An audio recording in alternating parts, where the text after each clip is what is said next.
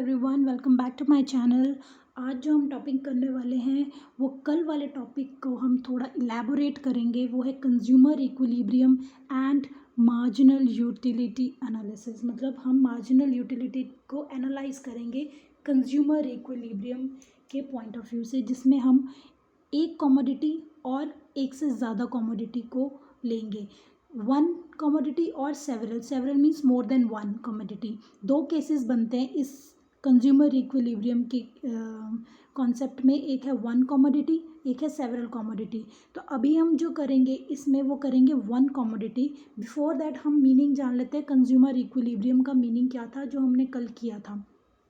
Consumer equilibrium एक situation है जहाँ पर कंज्यूमर को मैक्सिमम सेटिस्फैक्शन मिलती है जो वो अपनी गिवन इनकम को स्पेंड करता है गुड्स एंड सर्विसेज को परचेज करने में।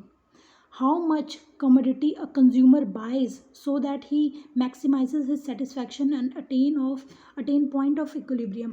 कंज्यूमर इक्विलिब्रियम का ये टॉपिक आपको बताएगा कि कंज्यूमर को कितनी कमोडिटी परचेज करनी है अपनी गिवन इनकम से, ताकि उसको मैक्सिमम सेटिस्फैक्शन मिल सके। और जो सेटिस्फैक्शन का लेवल होगा, पॉइंट होगा, वो हमारा इक्विलिब्रियम कहलाएगा। तो लास्ट वीडियो में मैंने आपको एक फॉर्मूला बताया था, marginal utility of commodity upon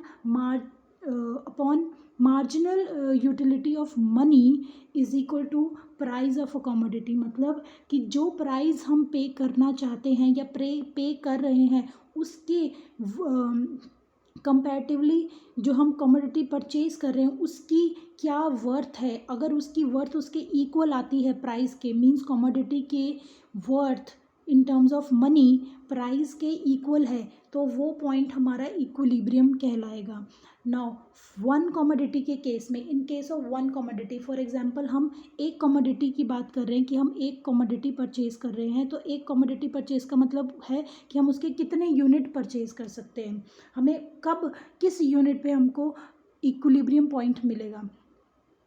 purchase of commodity depends on three factor. तीन ऐसे फैक्टर्स है जिसके बेसिस पर हम परचेज करते हैं कमोडिटी को। पहला है प्राइस ऑफ कमोडिटी, कि हमारे कमोडिटी का क्या प्राइस, क्या मार्केट का प्राइस है कमोडिटी का। Second, marginal utility of commodity, कि उस कमोडिटी से सेटिस्फैक्शन को हम लोग देखते हैं। मतलब सेटिस्फैक्शन वाला फैक्टर भी हमारा परचेज डिसीजन को पे डिपेंड करता है। Third is MUM। मैंने लास्ट वीडियो में आपको इसीलिए नहीं बताया था क्योंकि यहाँ मैं आपको डिटेल में बताऊंगी। Marginal utility of money, MUM का मतलब है marginal utility of money. Marginal utility का मतलब है वर्थ अ रुपी। मतलब फॉर एग्जाम्पल, अगर आपके पास 1 रुपया है, आपके पास 1 रुपी है और आप उस 1 रुपये से 5 कैंडीज़, 4 टॉफ़ीज़ या 2 चॉकलेट परचेज़ कर सकते हो या परचेज़ कर लेते हो। उसको परचेज़ करने पे जो आपको सेटिस्फैक्शन मिली है, उस सेटिस्फैक्शन को हम MUM कहेंगे। फॉर एग्ज़ाम्पल, अगर 1 रुपये में आपको ये सारी चीज़ें परचेज़ करने के बाद 4 जो सेटिस्फैक्शन मिली है वो 4 यूटिल्स की मिली है, तो आपकी MUM 4 हो जाएगी। Means rupee worth of satisfaction, जो आपने सेटिस्फैक्शन को रुपी में वर्थ दी है, आपने अपनी सेटिस्फैक्शन को जो रुपी में वर्थ दी है वो हमारी 4 होगी। Means rupee worth of satisfaction,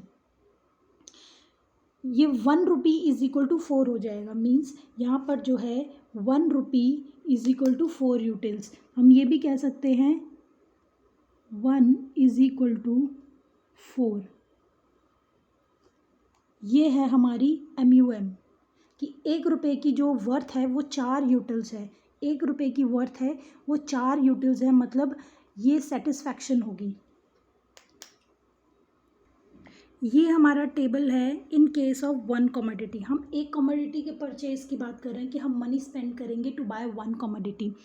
अब एक कमोडिटी के हम कितने यूनिट्स परचेज करें, ये हमारे यूनिट है 1 2 3 4 5 6 7 एंड 8। और marginal utility of commodity, X हमारी कमोडिटी है। X का मतलब यहाँ कोई एक कमोडिटी है, हम आइसक्रीम ले सकते हैं या चॉकलेट ले सकते हैं, कोई टॉफ़ी या कोई फ्रूट, कोई वेजिटेबल, कोई क्लोथ, हम कुछ भी ले सकते हैं।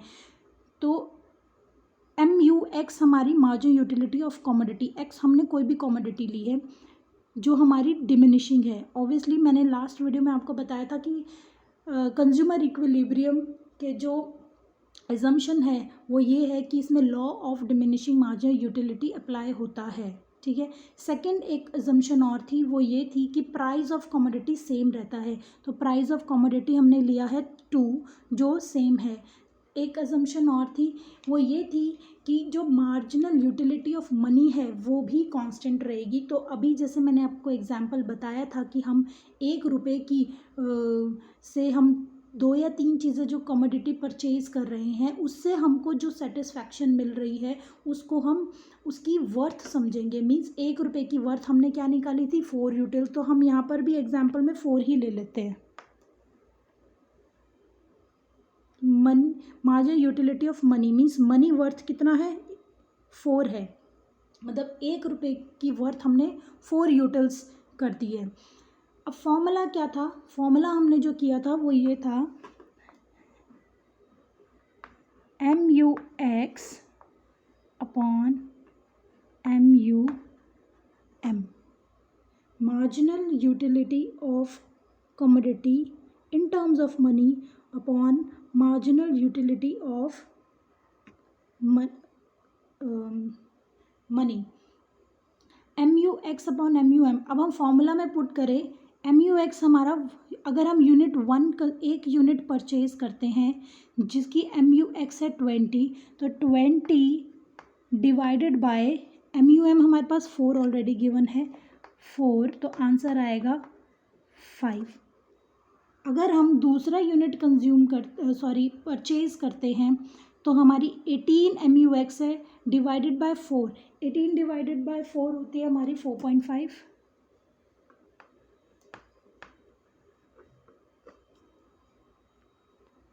नाउ इक्विलिब्रियम स्टेट का मैंने आपको फॉर्मूला बताया था कि इक्विलिब्रियम कब होगा और कहाँ होगा।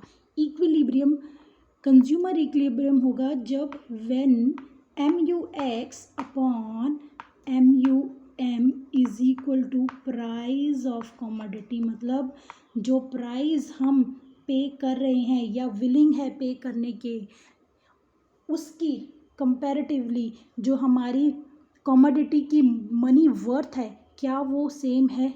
अगर वो सेम है तो इक्विलिब्रियम वही होगा। मींस जहाँ प्राइस कमोडिटी की मनी वर्थ के इक्वल होगा वहाँ पर हम कहेंगे इक्विलिब्रियम स्टेट है।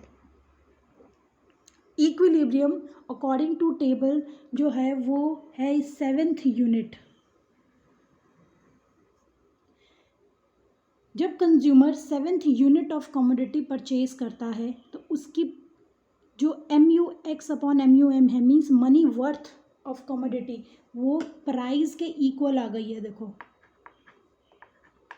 प्राइस और MUM ये दोनों सेम है। यहाँ पर जो स्टेट है वो इक्विलिब्रियम की होती है। आई होप आपको ये समझ आया हो टेबल। अगर हम कहीं और देखें कि कहीं और इक्विलिब्रियम क्यों नहीं आ रहा है तो फॉर्मूला में पुट करके देख लो, MUX upon MUM is equal to price के इक्वल रख के देखो। प्राइस हमारा 2 है जो कि कांस्टेंट है। अगर हम फर्स्ट यूनिट देखें, चलो सेकंड यूनिट देखते हैं। सेकंड यूनिट है हमारा, फर्स्ट यूनिट देख लो, फर्स्ट यूनिट है MUX 20 डिवाइडेड बाय MUM हमारे पास 4 है तो ये आता है 5। 5 इज़ नॉट इक्वल टू 2, तो यहाँ प्राइस 2 के इक्वल नहीं है। मीन्स अगर यहाँ पर 2 है तो यहाँ पे भी 2 होना चाहिए, तभी तो इक्विलिब्रियम आएगा। तो इक्विलिब्रियम की स्टेट जहाँ पर आ रही है वो 7th यूनिट जब कंज्यूमर परचेज करेगा वहाँ पर आएगी इक्विलिब्रियम की स्टेट। ये डायग्राम है टेबल के अकॉर्डिंग, जो हमने अभी टेबल ड्रॉ किया था उसके अकॉर्डिंग ये डायग्राम है। इस साइड हम ले रहे हैं price and marginal utility in terms of money, ये साइड हमारा है यूनिट्स। हम अपने टेबल के अकॉर्डिंग अगर ड्रॉ करें तो जब हमने यूनिट 1 कंज्यूम किया, कंज्यूम नहीं, परचेज, अगर हम यूनिट 1 परचेज करते हैं तो मार्जिनल यूटिलिटी हमारी 20 और MUX अपॉन MUM 5 है और प्राइस 2 है, मतलब हम लोग जो टेबल में ले रहे हैं वो यूनिट और ये साइड ले रहे हैं। तो फर्स्ट यूनिट में हमारी marginal utility of commodity in terms of money है 5। तो फर्स्ट यूनिट 1 यहाँ पर आई 5। सेकंड यूनिट पे हमारी 4.2,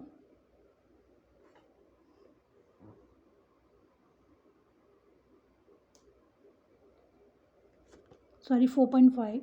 थर्ड यूनिट 4.4, सॉरी 4।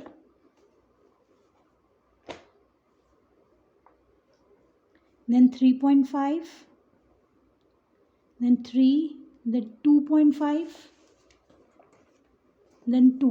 जहाँ 0.2 है वो हमारा है 7th यूनिट। मतलब 7th यूनिट पर हमारी जो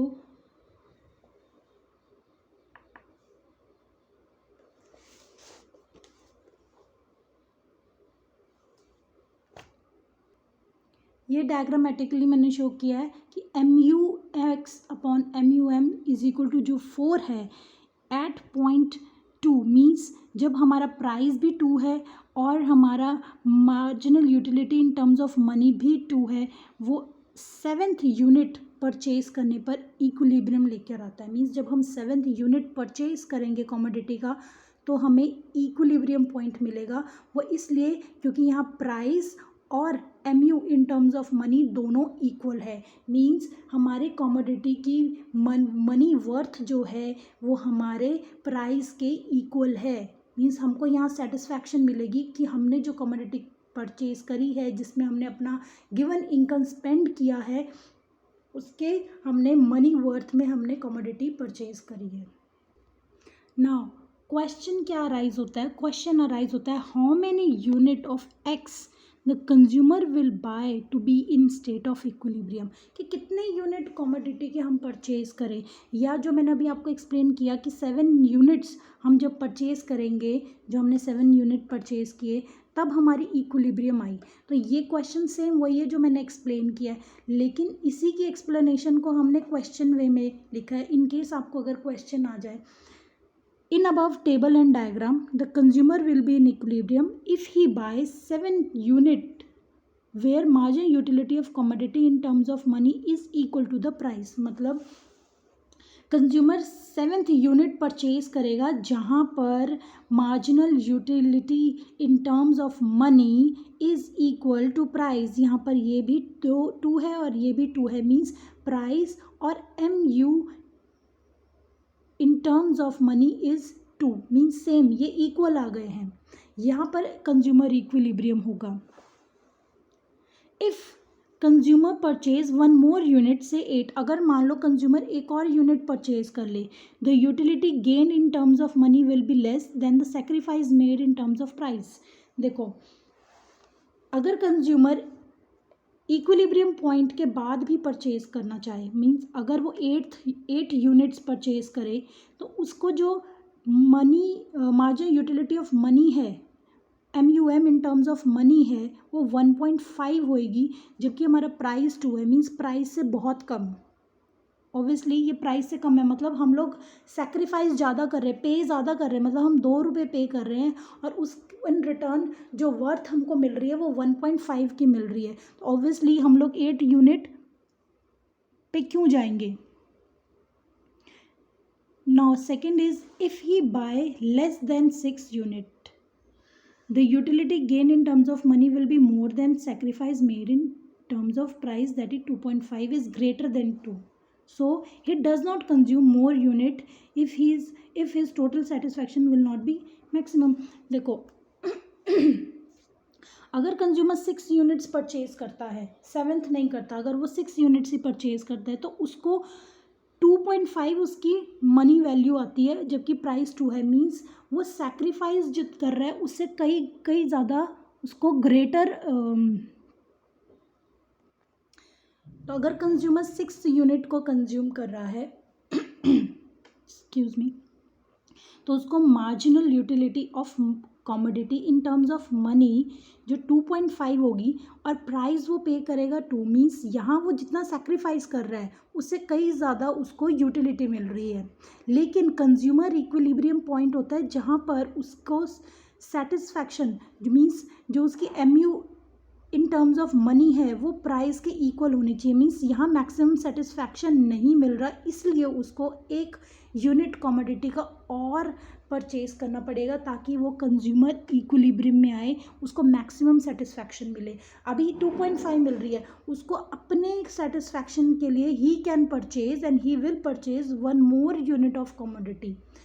यहाँ इसका 2.5 है MUM वर्थ, मीन्स वर्थ ज़्यादा है एज़ कम्पेयर टू प्राइस, लेकिन हमारा कंज्यूमर इक्विलिब्रियम कहाँ होगा, क्योंकि वो अभी एक और यूनिट परचेज कर सकता है जिससे उसको मैक्सिमम सेटिस्फैक्शन मिलेगी। तो MUM in marginal utility in terms of money 2 और प्राइस भी 2 जहाँ होगा वो हमारी कंज्यूमर इक्विलिब्रियम की सिचुएशन होगी। I hope you understood the video. आज हमने कंज्यूमर इक्विलिब्रियम 1 कमोडिटी के केस में किया है, कल हम कंज्यूमर इक्विलिब्रियम सेवरल कमोडिटी के केसेस में करेंगे। Thank you so much.